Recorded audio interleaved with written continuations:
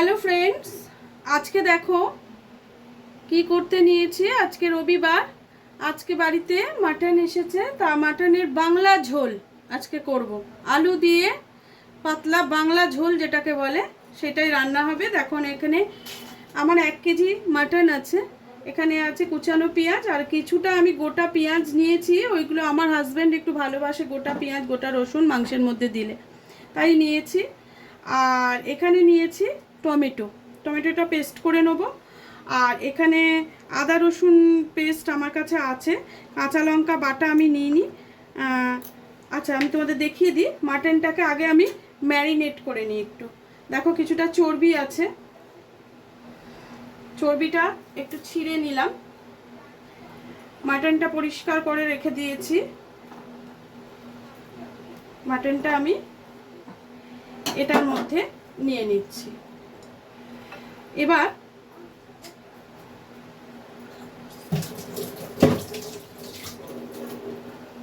এতে খানিকটা সর্ষের তেল,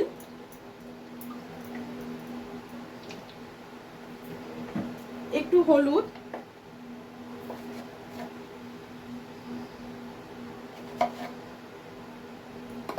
আর খানিকটা নুন দিয়ে ম্যারিনেট করে রেখে দেবো মানে মেখে নিচ্ছি। তারপর এগুলো রেডি করতে করতে যতটা সময় লাগবে, তারপরেই কিন্তু আমি রান্নায় হাত দিয়ে দেবো। আমি আজকে মাংসটা কিন্তু প্রেসার কুকারে করব, তোমরা দেখতে থাকো। প্রেসার কুকারে কিভাবে মাংসটা আমি করছি এগুলো দেখিয়ে দিয়েছি। আমি এগুলো সরিয়ে নিলাম, মাংসটা পাশে রেখে দিলাম। আর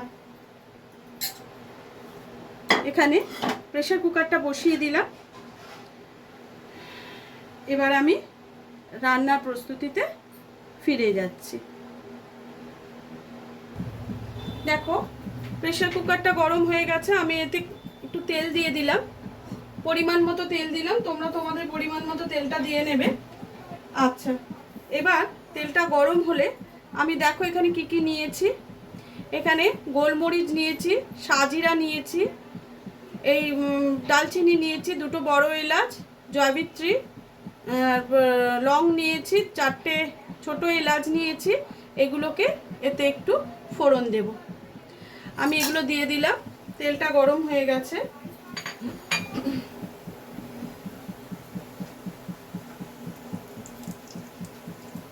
এগুলো একটু ধোঁয়া উঠলেই আমি তার মধ্যে এখানে যে কুচিয়ে রাখা পেঁয়াজগুলো ওগুলো তেলের মধ্যে দিয়ে ভাজবো। কিন্তু তার আগে আচ্ছা তুই ওটা আমায় দিয়ে দে। আমি আবার ঢুকিয়ে দিই।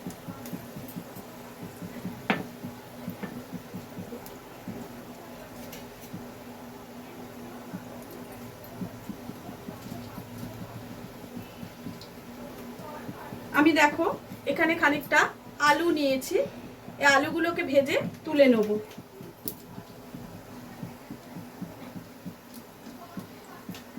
আমি ওর মধ্যে যে মশলাগুলো দিয়েছি ফোড়নটা দেয়া থাক, আমি তার মধ্যেই আলুগুলো ভেজে নেব।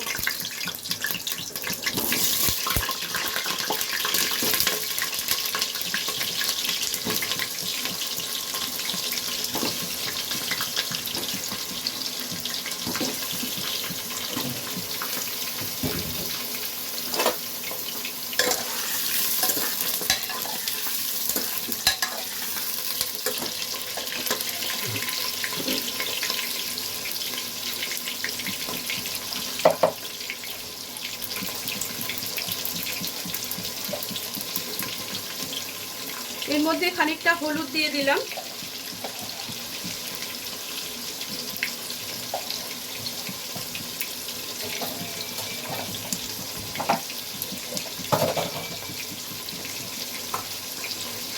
আর একটু নুন দিয়ে দিলাম। অল্প করে একটু কাশ্মীরি লঙ্কার গুঁড়োও কিন্তু আমি দিয়ে দিলাম। এবার আলুগুলোকে ভালো করে ভেজে শুধু আলুগুলো আমি এর থেকে তুলে নেব।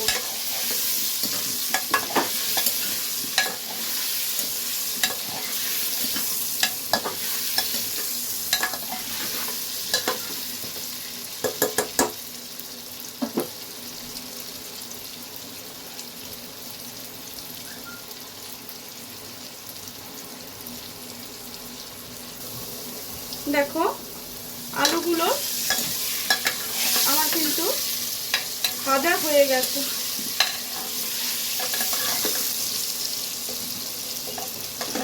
আলুগুলো আমি একটা বাটিতে তুলে রাখবো।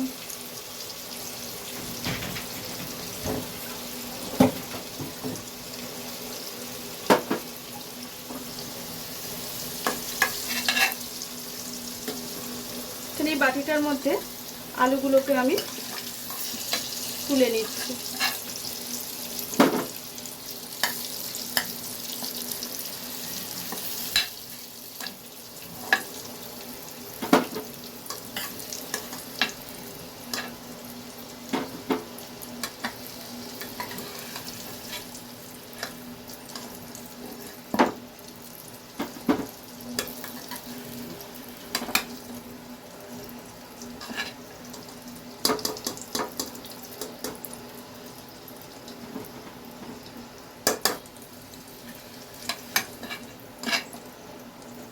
ফোড়নগুলো কিন্তু আমার তেলের মধ্যেই আছে, দেখে নাও।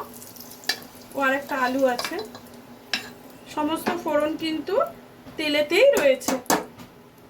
এবার আমি পেঁয়াজটা ওতে দিয়ে দেব।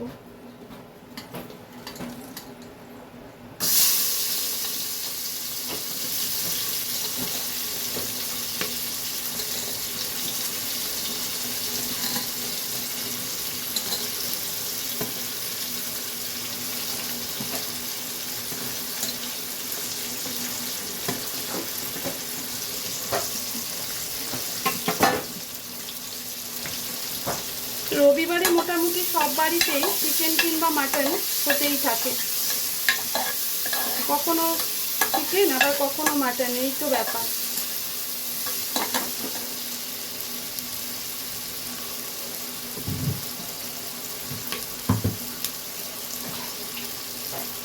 পেঁয়াজের মধ্যেও না আমি একটু নুন দিয়ে দিচ্ছি, তাহলে পেঁয়াজটা তাড়াতাড়ি মজে যাবে।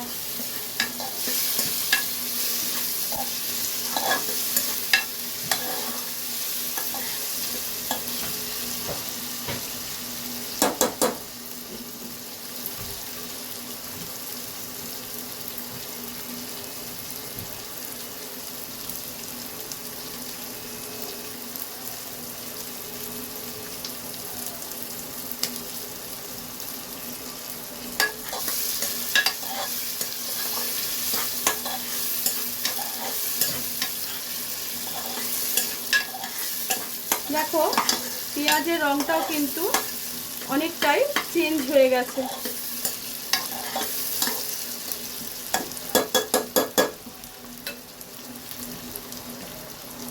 এবার আমি এতে একে একে মশলাগুলো দিতে থাকবো।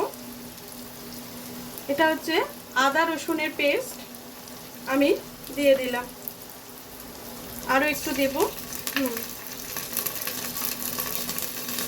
এবারে কিছু ড্রাই মশলা দেব। দেখো 2 চামচ ধনের গুঁড়ো, 2 চামচ কাশ্মীরি লঙ্কার গুঁড়ো, 1.5 চামচ হলুদ, পরিমাণ মতো নুন আর 1/2 চামচ জিরের গুঁড়ো, এগুলো কিন্তু আমি এর মধ্যে সব দিয়ে দিলাম। টমেটো বাটার জল খানিকটা এর মধ্যে দিচ্ছি, কষে নিতে সুবিধে হবে। আমি অলরেডি টমেটোটাকে পেস্ট করে নিয়ে চলে এসেছি।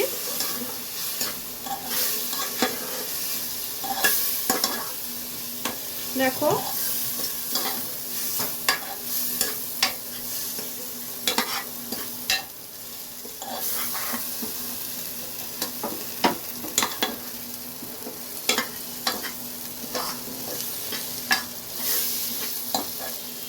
দেখতে পাচ্ছ কিন্তু মশলাটা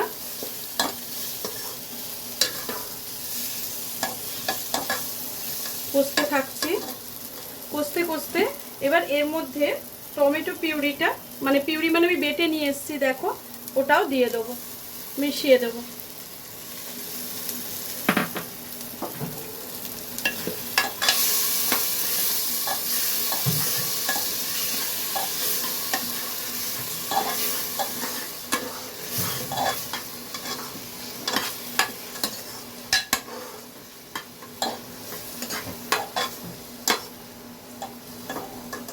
দেখো এটা কিছুক্ষণ কষাটা হোক।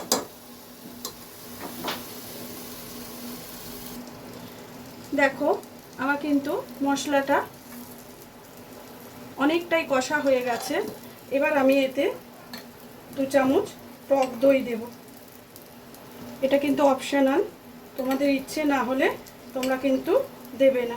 টমেটো এতে দিয়েছি, কিন্তু তারপরেও আমি খানিকটা 2 চামচ মতো টক দই দিয়ে একটু মিশিয়ে দিলাম।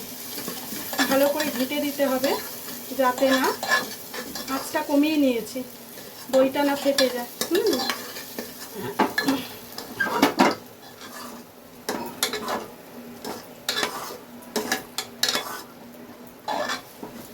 দেখো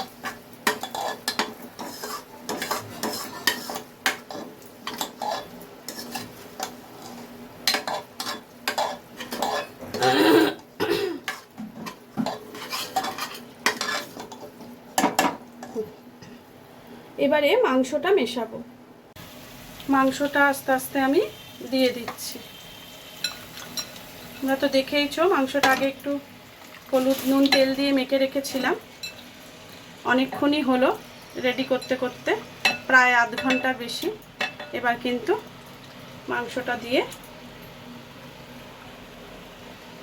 মশলার জলটাও দিয়ে দিলাম। এবার ভালো করে মশলার সাথে মিশিয়ে নেব।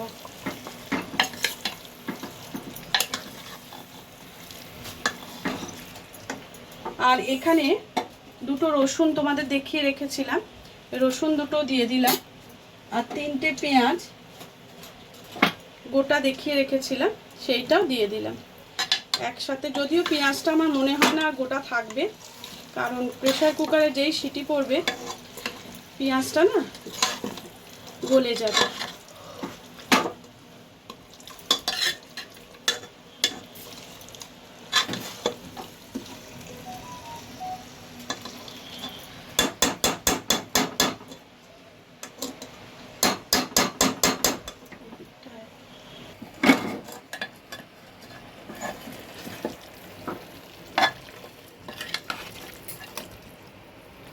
দেখো মাটনের রংটা কত সুন্দর এসছে।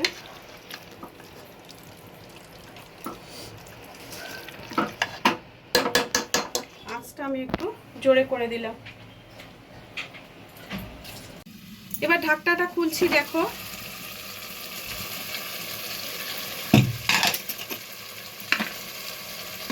দেখো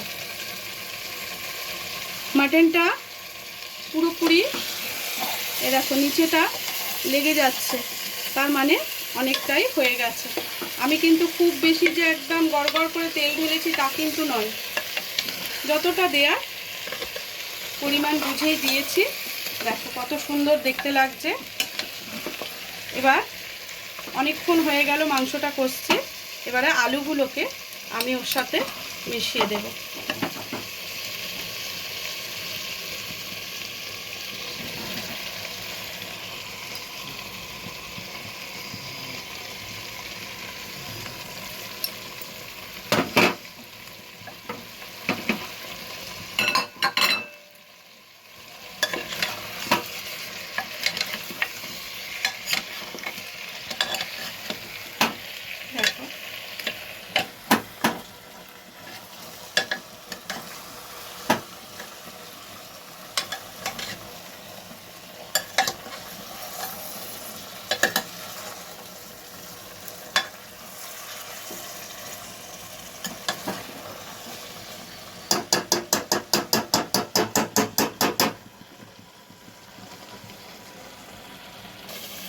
দেখো মাংসটা কিন্তু আমার কষা হয়ে গেছে, দেখতেই পাচ্ছ। এই দেখো এটা কিন্তু কষাটা হয়ে গেছে। এবারে আমি খুব একদম টালটালে ঝোলও জলের মতো ঝোল করব না, আবার একদম কষাও রাখবো না, বাংলা ঝোল আজকে হবে। আমাদের দাদাভাই বলেছে আজকে মাটনের বাংলা ঝোল খাবো। দেখো এখানে গরম জল বসিয়েছি, গরম জলটা ফুট ধরেছে। এবার গরম জলটা বন্ধ করে দিচ্ছি আগুনটা, জলটা ওতে আমি ঢেলে দেব।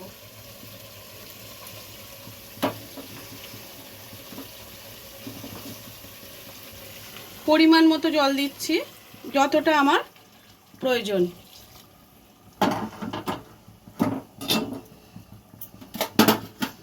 সব জলটা কিন্তু আমি দিইনি।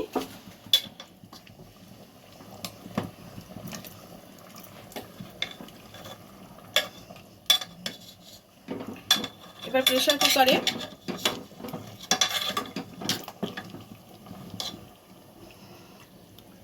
কিছু সিটি হয়ে মাংসটা একটু সেদ্ধ হলে আমি আবার তোমাদের কাছে ফিরে আসছি।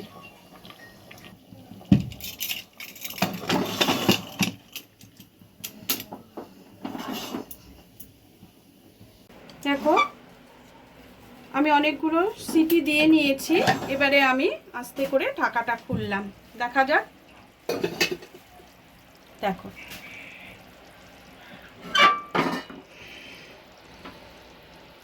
মাংস কালারটা দেখো কত সুন্দর হয়েছে। এবার আমি সার্ভ করে তোমাদের দেখাচ্ছি।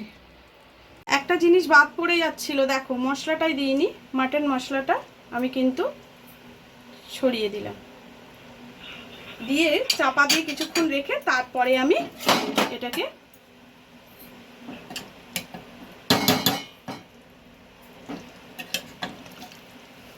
এর সঙ্গে একটুখানি মিশিয়ে দিলাম।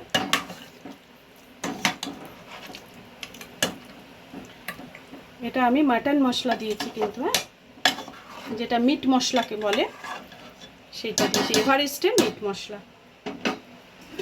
একটু চাপা দেওয়া থাক, তারপরে আমরা ঘুরে আসছি।